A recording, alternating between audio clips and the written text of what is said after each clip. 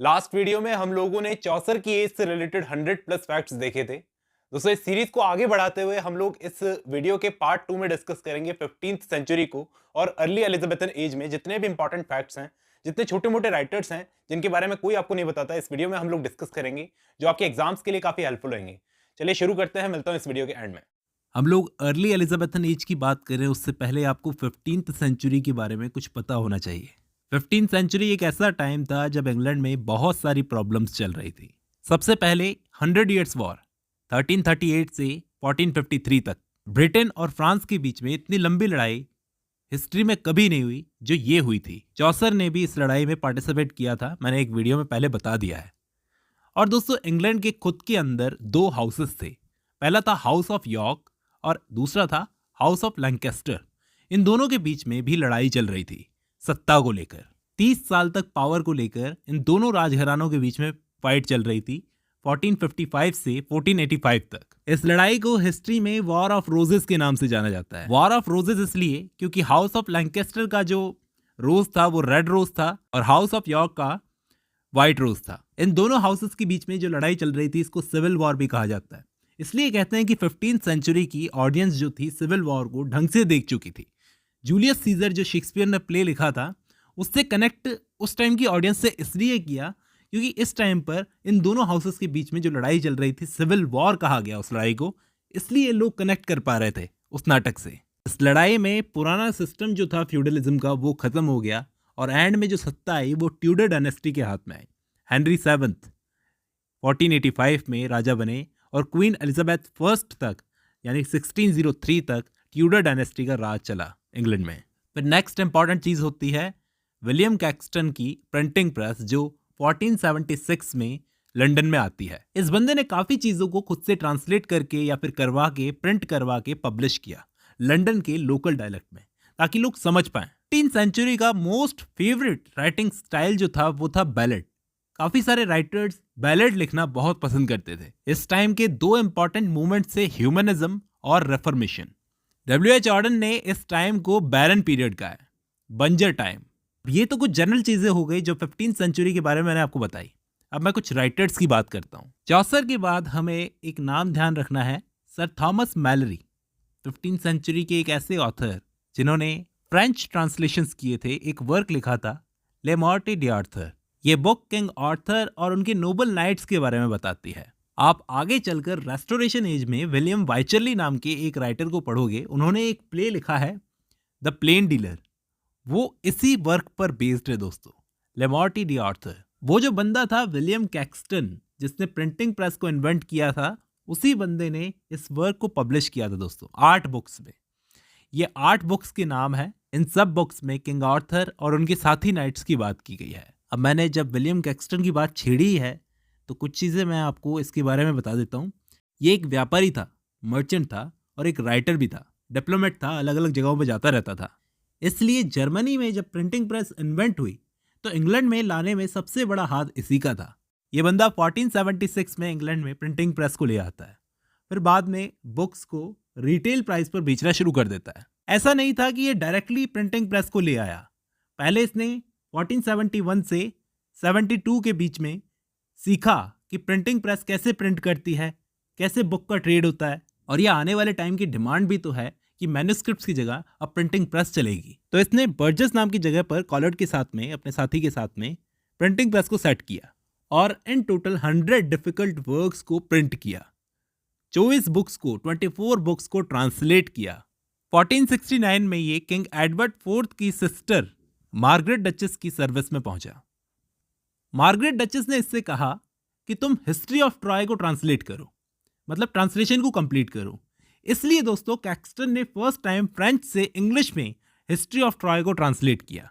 अब चौसर ने पहले बॉयथियस की जो ट्रांसलेशंस की थी, कैक्सटन ने उसको 1479 में पब्लिश किया। यहां तक कि ओविड की मेटामॉर्फोसिस को भी फर्स्ट टाइम इसी कैक्सटन ने ही ट्रांसलेट किया था। इसको governor of English nation of merchant adventures नाम का टाइटल मिला और इसकी प्रिंटिंग प्रेस का नाम था the red pail.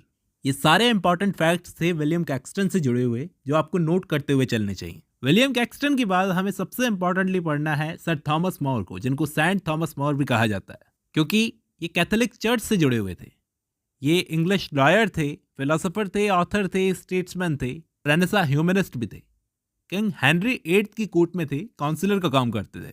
Lord high chancellor की उपाधि मिली थी 1529 से 1532 तक के टाइम की। इनका जो फेमस वर्क है वो है यूटोपिया। 1516 का वर्क है जिसे लैटिन में इन्होंने लिखा था। एक ऐसे है 2 बुक्स के अंदर लिखा था। यूटोपिया का मतलब होता है एक आइडियल लैंड, एक ऐसी जगह जहां पर सब कुछ अच्छा ही अच्छा हो। ये डिस्टोपिया का उल्टा होता है। यूटोपिया के बारे में एक क्वेश्चन आपसे पूछा जा सकता है कि यूटोपिया को इंग्लिश में ट्रांसलेट किसने किया था? रैल्फ रॉबिन्सन ने 1551 में ट्रांसलेट किया था। इस बुक का मेन कैरेक्टर है राफेल। फर्स्ट बुक में तो हमें इंग्लैंड में जो ऑप्रेसिव इनजस्टिस है उसके बारे में बताया जाता है, और दूसरी बुक में हमें यूटोपिया के बारे में बताया जाता है। मतलब एक ऐसी जगह जहां पर कोई प्राइवेसी नहीं होगी, प्राइवेट ऑनरशिप नाम की जगह नहीं होगी, सब चीज़ें अच्छी अच्छी होगी, डोर्स पर कोई लॉक नहीं होगा, और लोग टाइम पास करने के लिए म्यूजिक सुनेंगे, बातें करेंगे और पब्लिक लेक्चर सुनेंगे। एक ऐसी जगह इमेजिन की थी सर थॉमस मोर ने। नेक्स्ट राइटर जो हमें ध्यान में रखने हैं वो है अलेक्जेंडर बार्कले।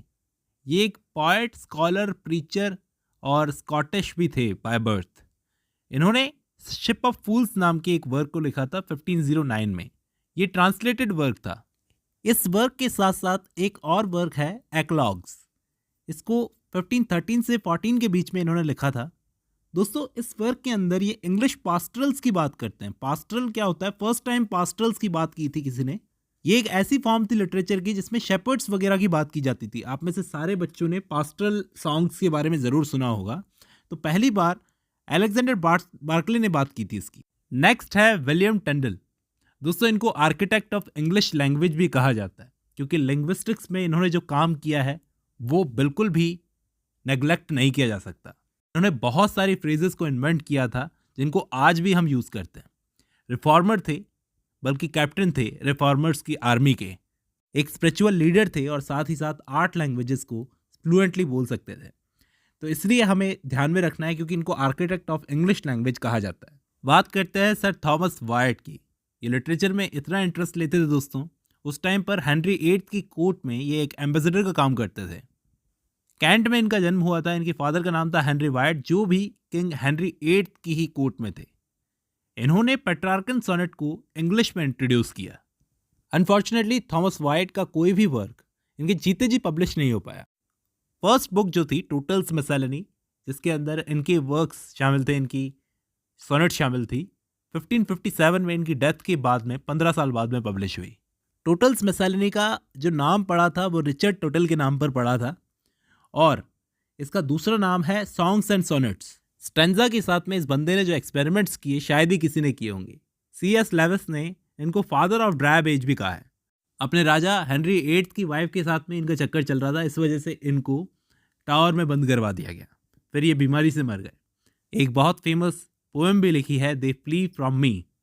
इसके अंदर वो एड्रेस करते हैं कि इनका अफेयर चल रहा था एक हाई बॉर्न लेडी के साथ में। शायद किंग हेनरी एट्थ की वाइफ की बात की जा रही है यहाँ पर। इन्होंने सोनेट लिखने में पेट्रार्कन मॉडल को ही अपनाया, जिसमें ऑक्टेव और सेस्टेट होता था और बीच में एक कैजुरा होता था। ABBA, CDC, CDC, ये जो राइम स्कीम थी ये इनकी सोनेट्स की राइम स्कीम थी। नेक्स्ट हम बात करेंगे अर्ल ऑफ सरे की, जिनको हेनरी हावर्ड के नाम से भी जाना जाता है। ये डिसाइपल थे सर थॉमस वाइट के। सर थॉमस वाइट के स्टूडेंट थे, साथ ही साथ एक ब्रेव सोल्जर थे। हेनरी एट्थ के लिए बहुत सारी लड़ाइयाँ लड़ी। ये पहला बंदा था जिसने ब्लैंक वर्ड्स का यूज किया, अनराइम्ड आयम्बिक पेंटामीटर का यूज किया in the translations of second and fourth book of Virgil's Aeneid. Virgil की इनियड की सेकंड और फोर्थ बुक के ट्रांसलेशंस में इन्होंने ब्लैंक वर्ड्स का यूज किया, अनराइम्ड आयम्बिक पेंटामीटर का। फर्स्ट टाइम इस बंदे ने यूज किया, इसलिए ब्लैंक वर्ड्स इंग्लिश लैंग्वेज में आए। पेट्रार्कन सोनेट्स को इन्होंने और इनके गुरु थॉमस वाइट ने मिलकर ट्रांसलेट किया था, इसलिए फादर्स ऑफ इंग्लिश सोनेट्स इन दोनों को ही कहा जाता है। ऐसा क्यों? जब वाइट ने ज़्यादा काम किया था दोस्तों, वाइट ने काम किया था, लेकिन इस बंदे ने क्या किया था, राइमिंग मीटर दिया था उस सोनेट को। अर्ल ऑफ सरे की जो सोनेट्स थी वो जेरल्डाइन नाम की किसी लेडी को एड्रेस करती हैं। यहाँ तक कि इंग्लिश सोनेट्स का जो स्ट्रक्चर था वो भी अर्ल ऑफ सरे ने ही फर्स्ट टाइम यूज़ किया था। ABAB, CD EF GG, जिसको बाद में शेक्सपियरियन सोनेट्स कहा गया, लेकिन पहले इसको यूज़ किया था अर्ल ऑफ सरे ने, कि जिसमें 3 क्वार्ट्रेन्स होंगे, 1 कपलेट होगा। ये पहले अर्ल ऑफ सरे ने ही ढूंढा था। अब बात करते हैं थॉमस नॉर्टन और थॉमस सैकवेल की। दोस्तों, इन्होंने इंग्लिश लैंग्वेज में फर्स्ट ट्रेजेडी को लिखा था जिसका नाम था गॉर्बोडक, जिसका दूसरा नाम था फेरेक्स पॉरेक्स 1561 में। इसको फर्स्ट टाइम 1561 में परफॉर्म करवाया गया था क्रिसमस सेलिब्रेशन के टाइम पर, और फिर क्वीन एलिजाबेथ फर्स्ट के सामने 18 जनवरी 1562 में परफॉर्म करवाया गया। इसको 5 एक्ट्स में लिखा था इन दोनों ने। फर्स्ट 3 एक्ट्स तो लिखे थे थॉमस नॉर्टन ने और बाकी के 2 एक्ट्स लिखे थे थॉमस सैकवेल ने। ये इंग्लिश लैंग्वेज का फर्स्ट वर्ड्स ड्रामा था जिसके अंदर ब्लैंक वर्ड्स का यूज़ किया गया था, और ये कहानी बताता है गॉर्बोडक की, जो कि ब्रिटेन का ही राजा था, जिसकी वाइफ का नाम था वेडेना। 2 बच्चे थे, फेरेक्स पॉरेक्स। फेरेक्स जो था एल्डर सन था, पॉरेक्स यंगर सन था, इसलिए इस ड्रामा का नाम फेरेक्स पॉरेक्स भी है। इन दोनों की ही तरह 2 और दोस्त थे, फ्रांसिस बियमंड और जॉन फ्लेचर। इन दोनों ने शेक्सपियर के 2 ड्रामा में कोलैबोरेट किया है। सबसे पहले तो किंग हेनरी 8 और टू नोबल किंग्समैन में जॉन फ्लेचर ने कोलैबोरेट किया था और किंग हेनरी 8 में बियमंड ने। ऐसा कहा जाता है कि शेक्सपियर ने कार्डेनियो नाम के वर्क में फ्लेचर का सपोर्ट किया था, कोलैबोरेट किया था उसके साथ में। इनके जो फेमस वर्क्स हैं वो है फेथफुल शेपर्डेस, ये एक पास्टरल प्ले है। द स्कॉर्नफुल लेडी, ये एक एक्सीलेंट डोमेस्टिक कॉमेडी है दोस्तों। The knight of the burning pestle, the maid's tragedy और a king and no king. ये जो लास्ट वाला मैंने आपको बताया, a king and no king, ये चार्ल्स फर्स्ट के लिए लिखा गया था दोस्तों। ये एक ट्रेजिक कॉमेडी है। तो ये सारे इंपॉर्टेंट राइटर्स के फैक्ट्स थे अर्ली एलिजाबेथन एज की। नेक्स्ट हम बात करेंगे बेन जॉनसन की।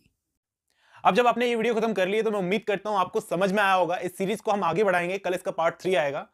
तो दोस्तों इसके साथ में बने रहिए। आज की इस वीडियो में बस इतना ही, मिलता हूं नेक्स्ट वीडियो में।